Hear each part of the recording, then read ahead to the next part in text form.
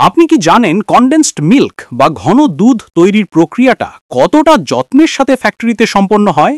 প্রথমেই বিশুদ্ধ ও ভালো মানের দুধ সংগ্রহ করা হয়। তারপর সেই দুধকে বড় বড় বাষ্পীকরণ যন্ত্রে নেওয়া হয়, যেখানে উচ্চ তাপমাত্রায় অর্থাৎ প্রায় 95 থেকে 120 ডিগ্রি সেলসিয়াসে উত্তপ্ত করা হয়।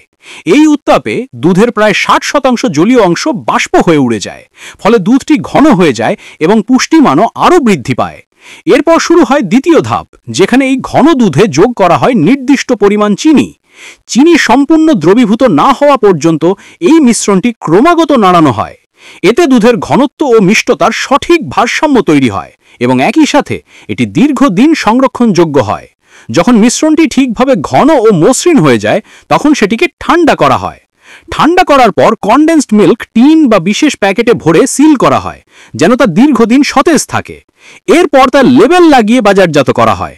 ফ্যাক্টরিতে এই পুরো প্রক্রিয়াটি সম্পূর্ণভাবে নিয়ন্ত্রিত অবস্থায় সম্পন্ন হয়, যাতে প্রতিটি ধাপে মান ও স্বাস্থ্যবিধি বজায় থাকে।